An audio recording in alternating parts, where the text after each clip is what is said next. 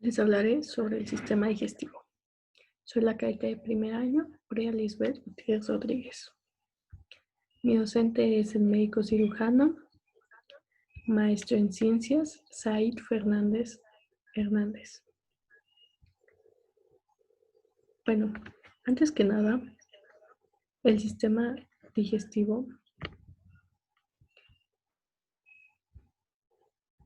tiene un tubo digestivo que lo conforman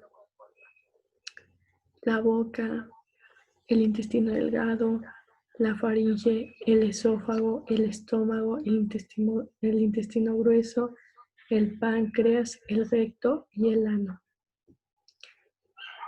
La función del intestino consiste en proporcionarle al organismo vivo el adecuado suministro de material como lo que es el agua, electrolitos, nutrientes, entre otras cosas, permitiendo obtener energía y materia que se requiere para llevar a cabo los procesos vitales, así como la reposición estructural, crecimiento y reproducción. Para llevar a cabo estas funciones del aparato digestivo, tienen que llevar los siguientes hechos fisiológicos fundamentales, como lo que es, primero, el movimiento de material a través del tracto gastrointestinal desde un extremo a otro en sentido distal. Otro de los hechos fisiológicos que más adelante lo explicaremos paso por paso, es la secreción de los jugos gástricos, los cuales van a tener la función de degradar lo que son los componentes, los alimentos y posteriormente llevar una digestión enzimática, así como dar una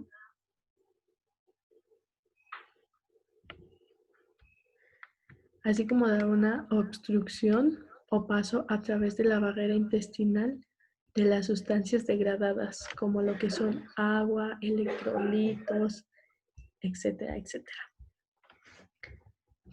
Aquí, por ejemplo, les muestro una imagen que son de los elementos extracelulares de la función de la barrera intestinal. Por ejemplo, esta barrera está compuesta por pH y los puntitos verdes que podemos ver ahí son enzimas digestivas. Lo amarillo, la barrita amarilla que está aquí, es la capa de mucina. Y los triangulitos lilas son péptido antimicrobiano. Así como también se ve el movimiento de parentibióticos.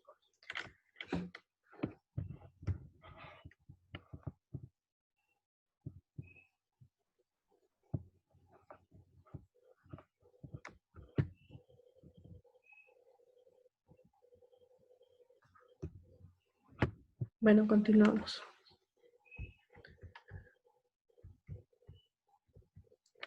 El músculo liso intestinal está conformado por 4 capas, las cuales son capa mucosa, que tienen pliegues que ayudan a la función de absorción y secreción,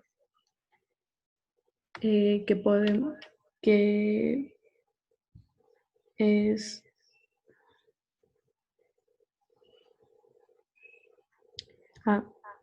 después sigue la capa submucosa, que tienen vasos sanguíneos finos y células de defensa, que son lo que son el plexo nervioso interno que regula las secreciones, el plexo nervioso minterio, que es el plexo nervioso externo, que regulan los movimientos peristálticos, la capa mucosa, que es el músculo longitudinal y el músculo circular, y la capa serosa, que es el encargado de recubrir todo con un mesenterio donde ingresan los vasos sanguíneos.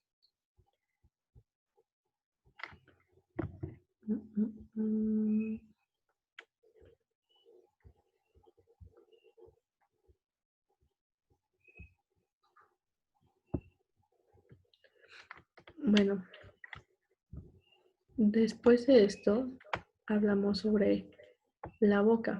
En este caso, la boca es su principal función es el receptor del alimento durante la masticación que produce una trituración o fragmentación mecánica del mismo. Recordemos que también aquí en la boca las glándulas salivales son las que se encargan de secretar la saliva, las cuales van a contener grandes cantidades de enzimas glucosidasas, propiasas, que van a tener la función de empezar a degradar los macronutrientes de los alimentos. Obviamente que se lleva a cabo un pequeño porcentaje.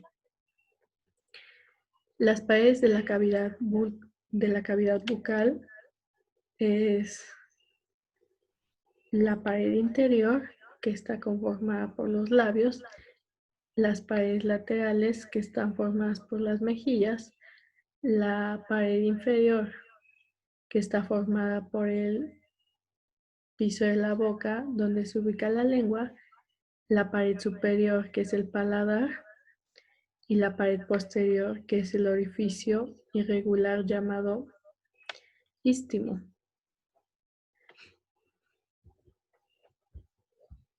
Aquí se presentan las paredes. Y bueno, también un proceso es la masticación, que es el proceso de trituración de los alimentos para facilitar la digestión. Aquí participan los dientes, la lengua, la saliva, para la formación del bolo alimenticio. Al principio es voluntario, luego se convierte en un reflejo masticatorio. Los órganos de la boca que intervienen en la digestión. En este caso es la lengua, que es un músculo móvil, interviene en la masticación, interviene en la deglutación, es un órgano de gusto e importante para la fonación. También los dientes, que es un órgano duro compuesto de calcio, fósforo y magnesio. En total son 32 dientes lo que tenemos. Y una corona dental recubierta de esmalte y la raíz no visible, que pues básicamente la raíz la tenemos abajo, no se ve, por eso se dice que no es visible.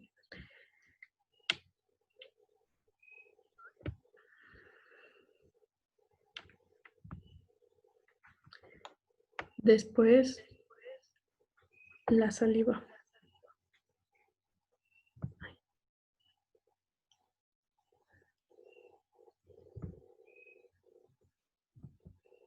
Bueno, la saliva es un fluido líquido viscoso que ayuda a humedecer los alimentos y facilita la digestión. La boca está humedecida por la reproducción entre 1 y 1.5 litros de saliva al día si la persona está hidratada. La producción de la saliva está relacionada con el ciclo circadiano, de tal manera que por la noche se segrega una mínima cantidad de saliva. La saliva es segregada por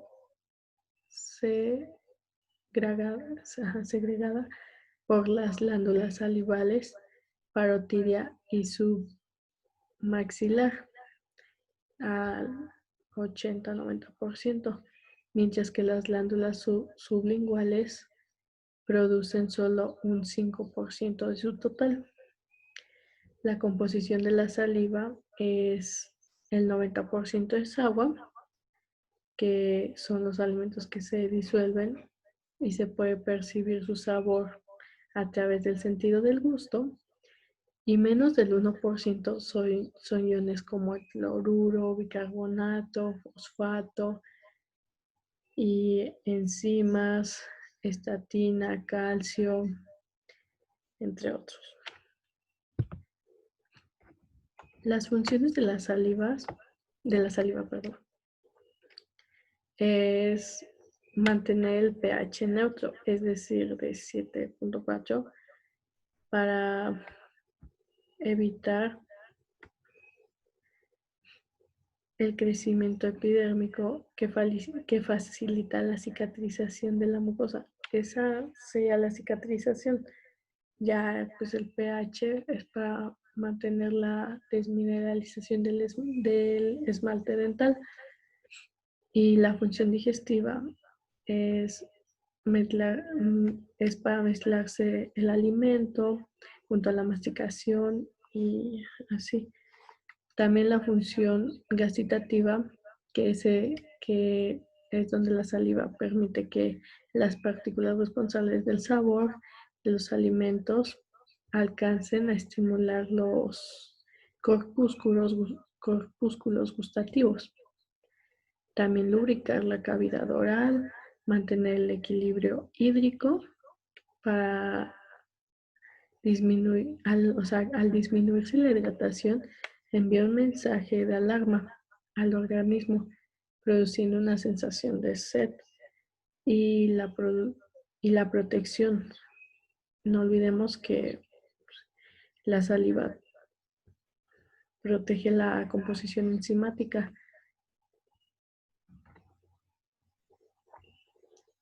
Las glándulas salivales son tres, que es glándula parotidia, glándula submaxiliar y glándula bilingual. La glándula parotidia es serosa y está ubicada bajo la oreja, como lo podemos ver aquí. Esta. Luego la glándula submaxilar, que tiene una forma irregular y se localiza bajo la lengua, que es esta. Y la glándula sublingual, que es más pequeña en volumen y peso y se encuentra encima de la glándula maxilar. O sea, entonces, esta es la glándula parotidia, esta es la glándula sublimaxilar y esta es la glándula sublingual. Los procesos de deglutación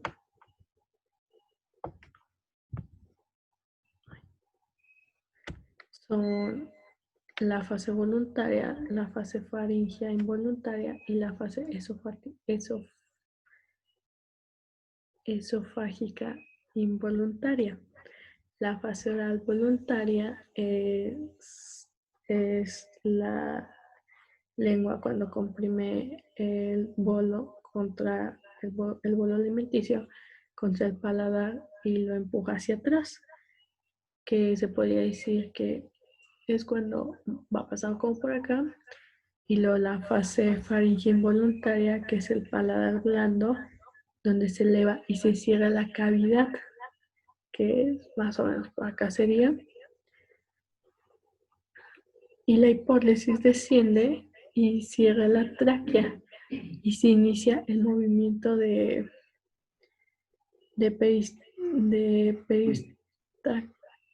periostático, que impulsa el bolo por la faringe.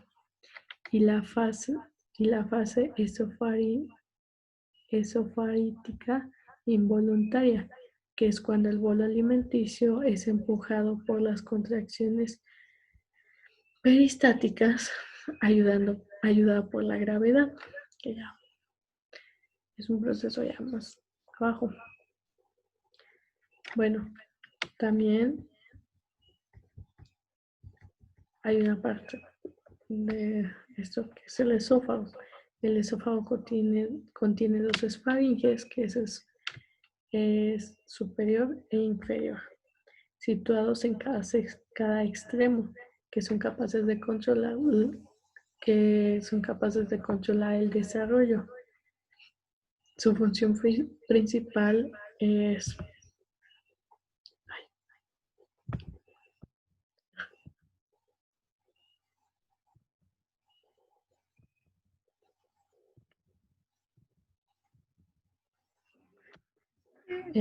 facilitar el tránsito del material deglutido desde lo que es la boca hasta el esófago.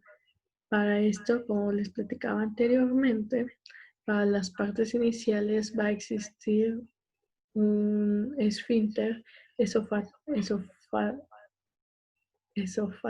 superior que va a permitir el paso de los alimentos hacia el esófago. Y posteriormente, en la parte inferior existe un esfínter esofágico inferior, o bien llamado cardias, que es el que permite la regulación del paso del esófago hacia el estómago, previniendo que el reflujo se haga en sentido inverso. Ahora el estómago. Por lo tanto, el estómago es el lugar donde va a recibir y retener los alimentos para iniciar y mantener el proceso de la primera digestión mediante la acción de la sección gástrica principal. El principal ácido es el ácido clorhídrico del cuerpo, que está dividido en el fondo. Bueno, las partes del estómago, el cuerpo está dividido en fondo, cuerpo, antro y píloro. Recordemos que el píloro va a ser un esfínter que va a encargarse del bolo alimenticio del estómago hacia el intestino delgado, principalmente la primera porción, la cual se llama duodeno.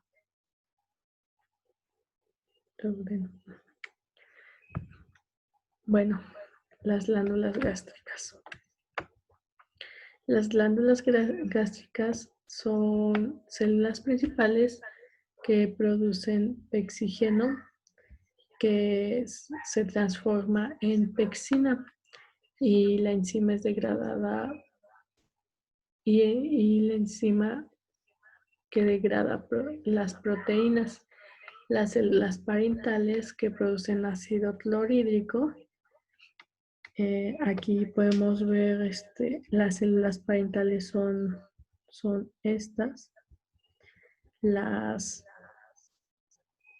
células mucosas, que son la protectora de la pared del estómago, son estas.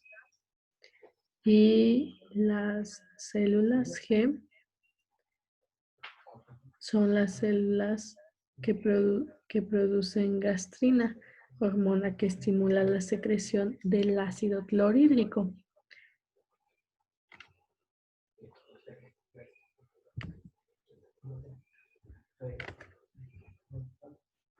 Luego, entonces, el intestino delgado se va a dividir en tres principales proporciones, bien diferenciadas entre el duodeno, yeyuno y ileón.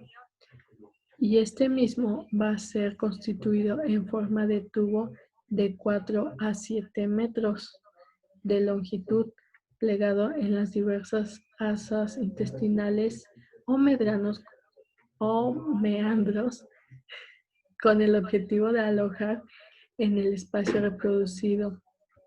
Este va a contar como esfínter, el cual va a regular el paso del bolo alimenticio del intestino delgado al intestino grueso, y el cual el esfínter va a llamar ciago. El duodeno, que aquí lo escribí mal, es duodeno. Es la primera parte del intestino delgado o del intestino delgado que conecta al estómago con el yeyuno. En este caso se va a llevar la principal absorción de nutrientes como carbohidratos, lípidos, proteínas y también algunos fármacos. El yeyuno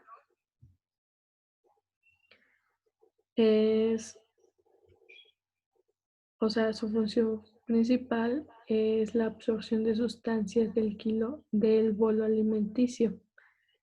En este caso, este tramo del intestino delgado actúa con jugo intestinal que degrada el mayor porcentaje de absorción de macronutrientes, micronutrientes, es decir, como los hidratos de carbono, las proteínas y los lípidos. La pared del yeyuno presenta las vellosidades intestinales, cuya función es traspasar el torrente sanguíneo, que produce de una manera se produce de una manera eficiente a las macrovellosidades del enterocito, que más o menos son de 200.000 vellosidades por milímetro cuadrado. Y el ilion, que es la secreción final del intestino delgado, que cumple la principal función de la secreción, absorción y la motilidad, que completan el proceso de nutrientes. Aquí se absorbe la vitamina B12 y la mayor parte de sales biliares. Luego vamos hacia el intestino grueso. El intestino grueso es donde se llevan las principales funciones, es decir, sus principales funciones son motora y la absortiva o secretora. Aquí se lleva a cabo los procesos de absorción por difusión pasiva. Estos constituyen a los que actualmente se le conoce como fibra soluble, nutriente de aporte, que es esencial para la pared estructural y la función de célula intestinal, que está dividido en tres: el colon ascendente, el colon transverso y el colon descendente, para terminar en un colon sigmoides, y así con el recto. Y aquí pues ya sería lo último, el recto. Luego, el recto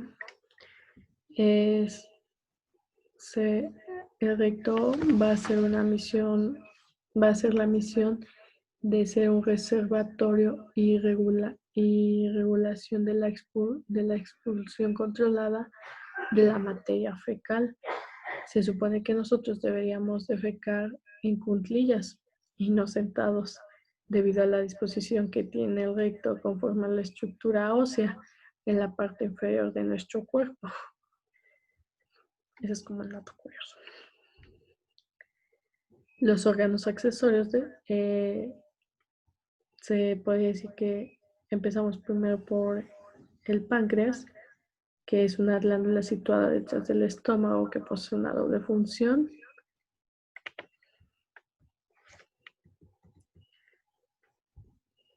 Como lo que es la endocrina que es la participación de la regulación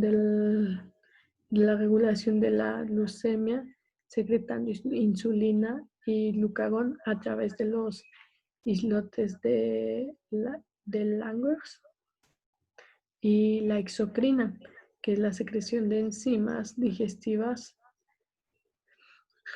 y bicarbonato de los ácidos o conductores pancreáticos, principalmente por lo que segregan algunos macrocompuestos que llevan a cabo otras funciones. Ahí deberíamos destacar que existe un conducto pancreático que va a desencadenar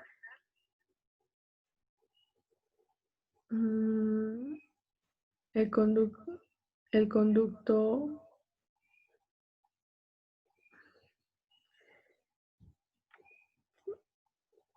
que desencadenar un conducto donde va a llevar el primer vuelo alimenticio. Y obviamente el hecho de que el páncreas secrete los jugos pancreáticos va a reducir, va a inducir a que se lleve una secreción enzimática para que se lleve a cabo la degradación de algunos compuestos. El jugo pancreático se secreta principalmente en respuestas a la presencia del quimo en el duodeno, y el páncreas secreta lo que son los jugos pancreáticos. Está compuesto por dos tipos de secreción: una enzima capaz, capaz de digerir a los tres grandes grupos de alimentos, como son los hidratos de carbono, las proteínas y los lípidos. Otra, otra constituida por bicarbonato, que neutraliza la acidez del quimo vaciado por el estómago. Si no, imagínense, aquí el intestino se quemaría y podría generar una inflamación del tejido del duodeno.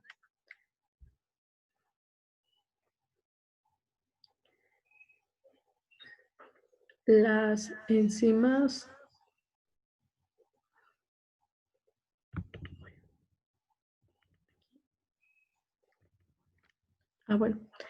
las enzimas proteolíticas más importantes que son secretadas del páncreas son tripsinas, quimiopsinas. Estas son algunas que, como lo dije anteriormente, son las más importantes.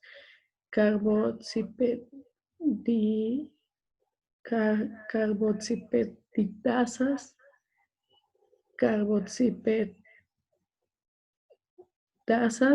y en menor relevancia las alastasas y las nucleasas. Estas proteínas se degradan hasta que los péptidos de cadena corta y aminoácidos y la enzima glucolítica en la amilasa pancreática, la cual su función es modificar los polisacáridos hasta los disacáridos o incluso monosacáridos. Las enzimas lipolíticas son la lipasa pancreática. Lo que harán es degradar ácidos grasos de mayor tamaño o generar ácidos grasos sencillos para poder absorber la esterasa del colesterol y la fosfolipasa. También es importante destacar que las células pancreáticas secretan un inhibidor de tripsina, ya que esta va a hacer que la principal enzima proteolítica, por lo tanto, va a inhibir la activación de otras enzimas, por lo que por lo tanto va a ser como un mecanismo de regulación dentro de las células secretoras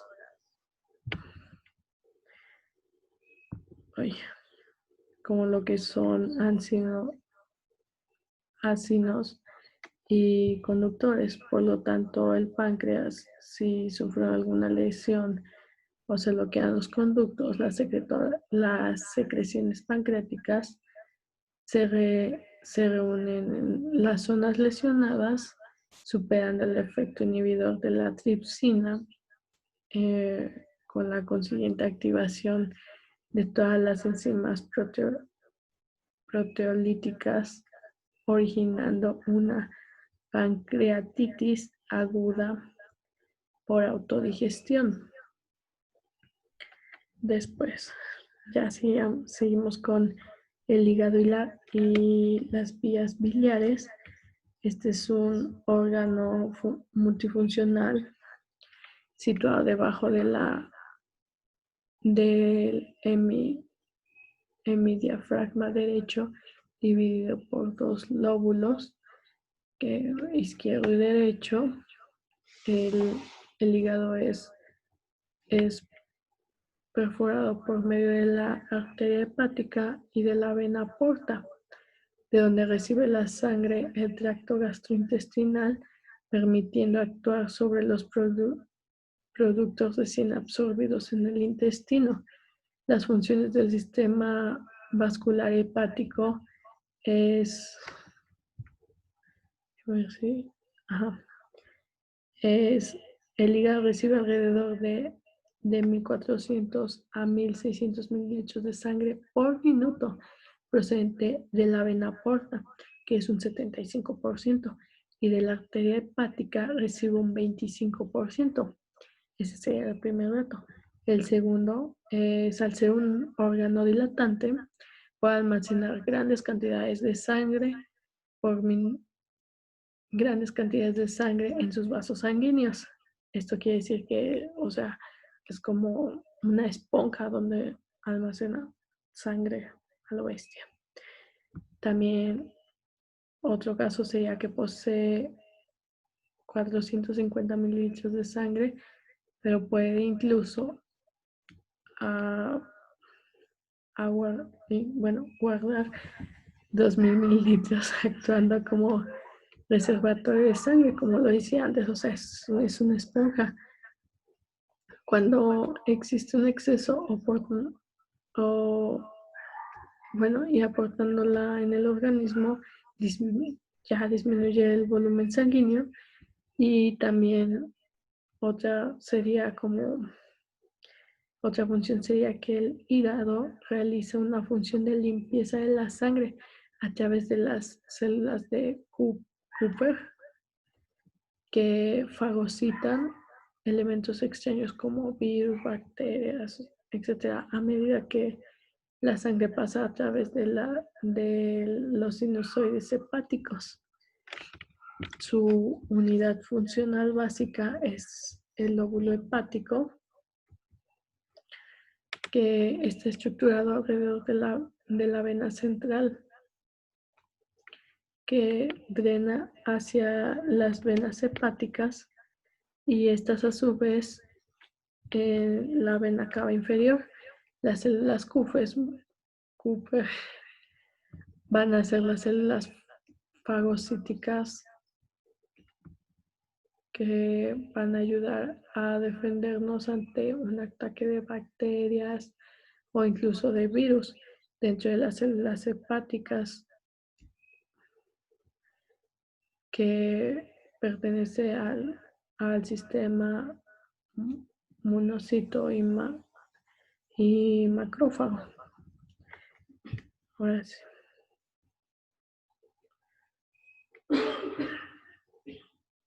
Ay, no.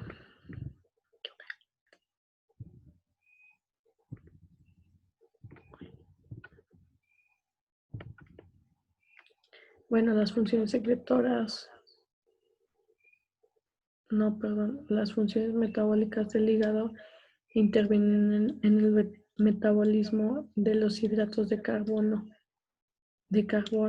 lípidos, proteínas, almacena vitaminas y actúa como depósito de materiales como el hierro, zinc, cobre, que presentan la función de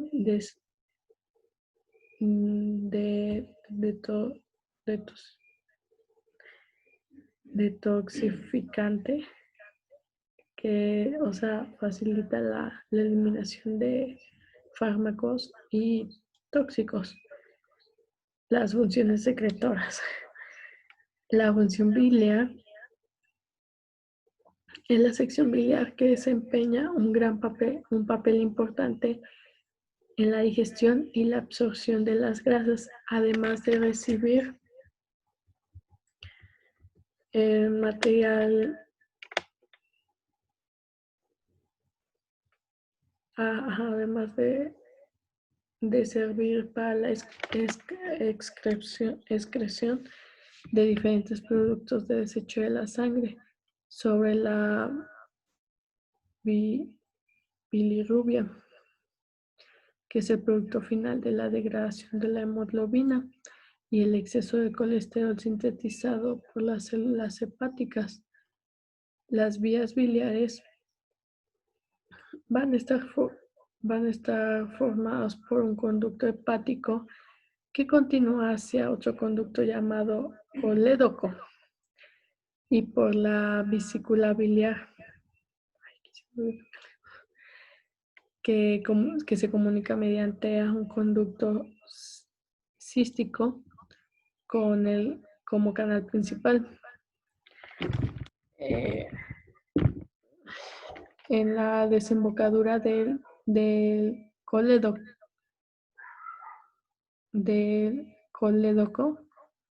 en el duodeno denominada ampolla de Vater, se encuentra el esfínter de Oddi, que es frecuentemente un conducto pancreático y tenga la misma desembocadura que el colédoco. La función de las bilis es conducir la bilis desde el hígado hasta el duodeno.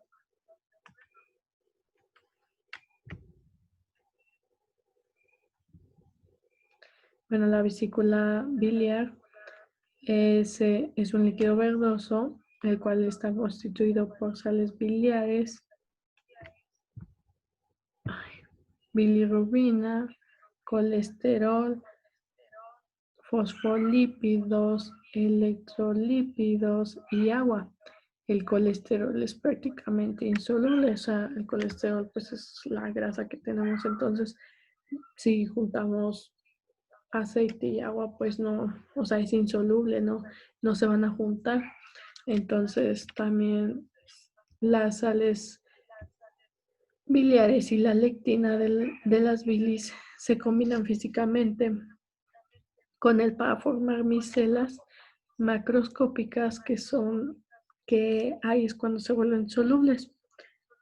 La bilis sirve como reservatorio para almacenar bilis con una capacidad de 20 a 60 mililitros y verterla en el intestino para su vaciado en la secreción de colicistocina por el paso de la mucosa intestinal y esta entrará en contacto con el quimo rico en grasa y cuando se concentre la bilis en la vesícula se concentran simultáneamente en el colesterol, las sales biliares y la lectina, por lo que se mantiene la solubilidad del colesterol, que en algunos momentos o en algunas situaciones anormales el colesterol puede precipitar formando cálculos renales. Bueno, no, perdón, cálculos biliares que obviamente van a generar una respuesta inflamatoria, generando una enfermedad que se llama cistitis. Esto sería todo. Muchas gracias.